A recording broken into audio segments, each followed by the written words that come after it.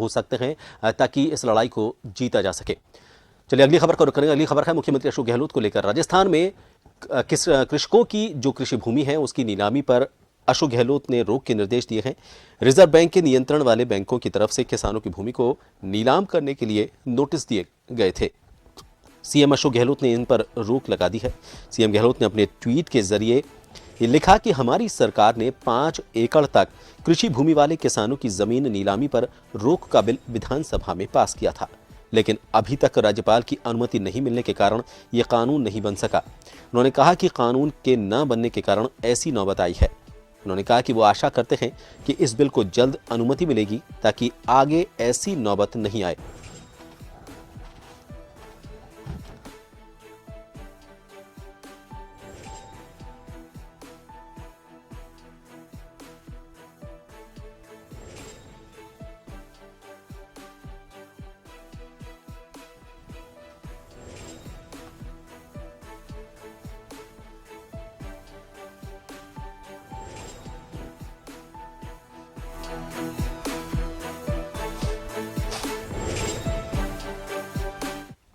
और इस खबर को लेकर बात करेंगे जयपुर से हमारे वरिष्ठ सहयोगी दशरथ सिंह फोन लाइन पर जुड़े हैं। दशरथ, किसानों की कर्ज माफी को लेकर सियासत पहले भी चरम पर रखी है, लेकिन अब जबकि नोटिस मिले इन किसानों को इनकी जमीन की नीलामी के, उसके बाद मुख्यमंत्री अशोक गहलोत का यह कहना है कि एक बार फिर इस पर सियासत करने की कोशिश की जा रही है, क्योंकि 5 एकड़ तक की जो जमीन है उसकी नीलामी रोक को लेकर जो बिल था वो राज्यपाल के पास लंबित पड़ा है। और ये मामला वैसे भी राज्य सरकार के उसमें नहीं आता, ये सीधा जाता है उस केंद्र सरकार के पाले में जो केंद्रीकृत बैंकों को नियंत्रित करती है।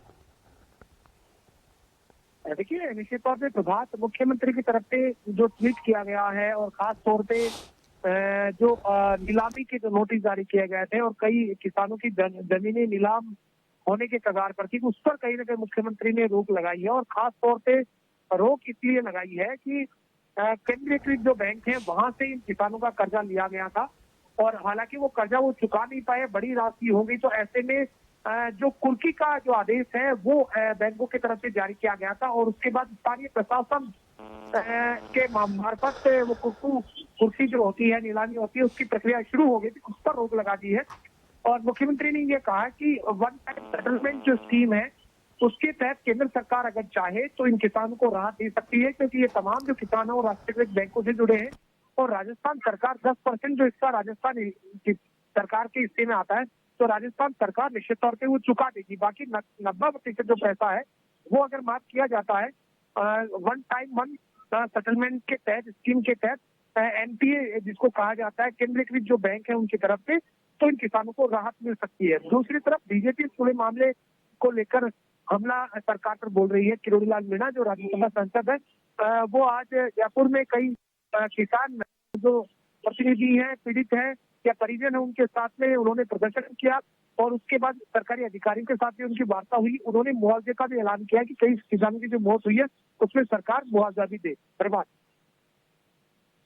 शुक्रिया दर्शक तमाम जानकारी के लिए। तो आपको बता दें कि लगातार इस बात को लेकर जब सियासत चरम पर है तो ऐसे में मुख्यमंत्री अशोक गहलोत ने एक तरह से सफाई भी दी है और साथ ही किसानों को राहत भी दी है और ये कहा है कि फिलहाल जो भी ये नोटिस दिए गए हैं इन पर रोक लगाई जाए और केंद्र सरकार की तरफ से जो भी कदम इसमें उठाए जाने हैं किसानों को राहत देने के लिए, उनको लेकर किसान